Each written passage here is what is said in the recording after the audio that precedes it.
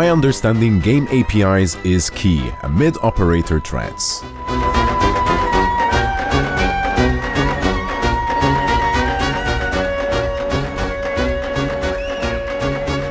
Hello, hello everyone. My name is Alexandre Tomic. I'm the founder of Alea. I founded Alea in 2012 as an operator. We were operating on Scandinavian markets. And the first thing we did as an operator is build a platform. We believed that we wanted to be the master of our technology.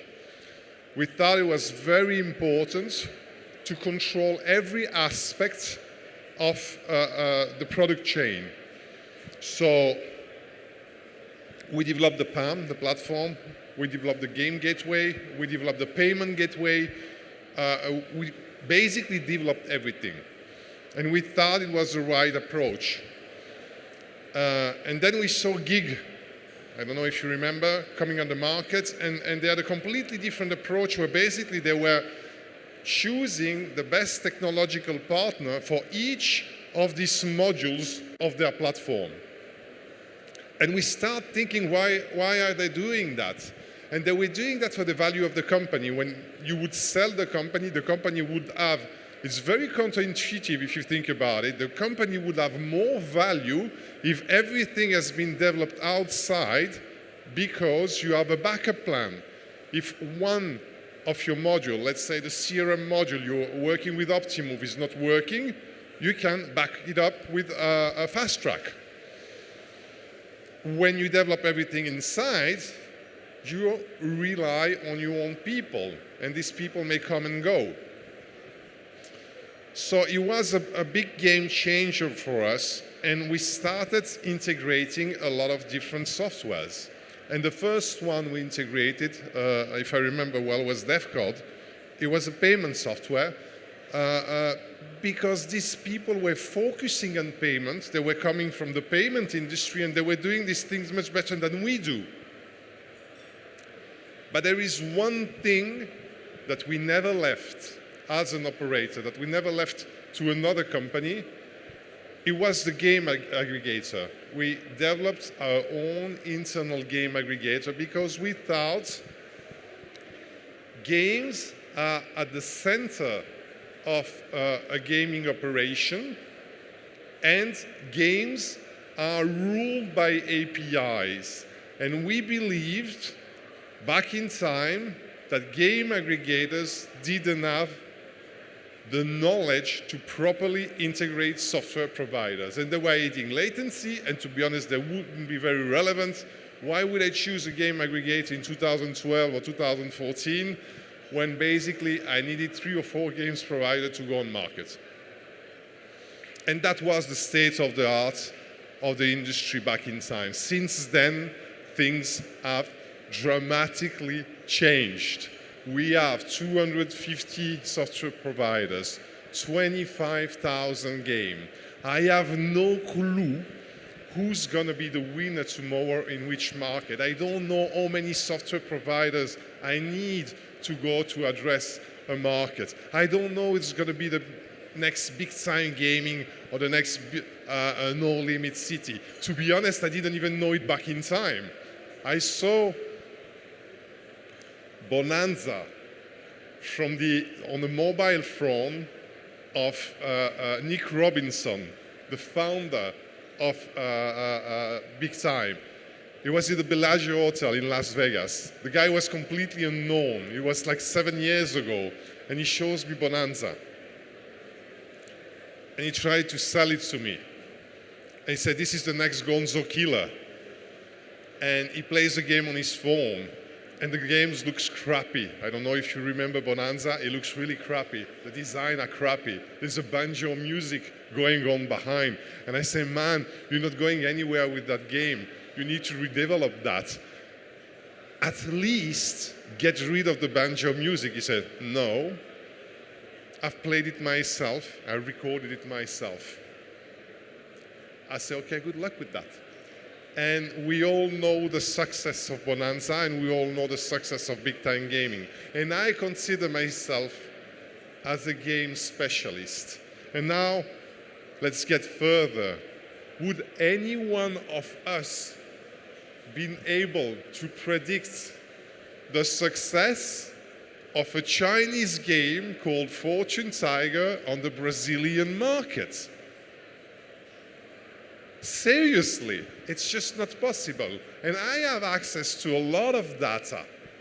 I see all the data from many software providers, big software providers in a lot of different countries, from a lot of different software providers, data from operators, and I can't predict that until it happens. I can retro-engineer it after, but I cannot predict it. Okay. So my point is, there's so many software providers. Do we need, shall we try them all? Well, yes and no. Yes, for the reason I've told you now, because we don't know who's going to be the winner. And they're there, and we need to try. Another example, No Limit City, Push Gaming, Hacksaw Gaming, the beautiful software providers. And we didn't know they were going to work. And there's many of them that are dying and that you wouldn't want to integrate. Would you want to spend your integration team the time to integrate the software providers that has 5 games and is probably going to fail within the next 6 months? No, you don't want that. So you kind of want to integrate them all, and on the other side, there's a big cons to do that. Each time you integrate a software provider, you open your system to a possible faulty API. And that's a very big problem you need to think about. So let me get there.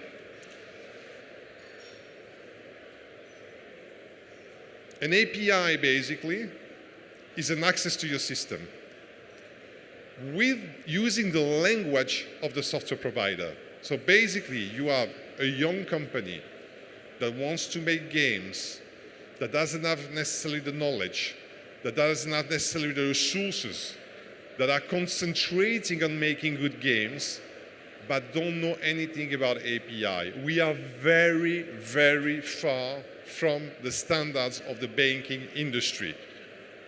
We don't have PCI compliance. ISO, for us, is a concept.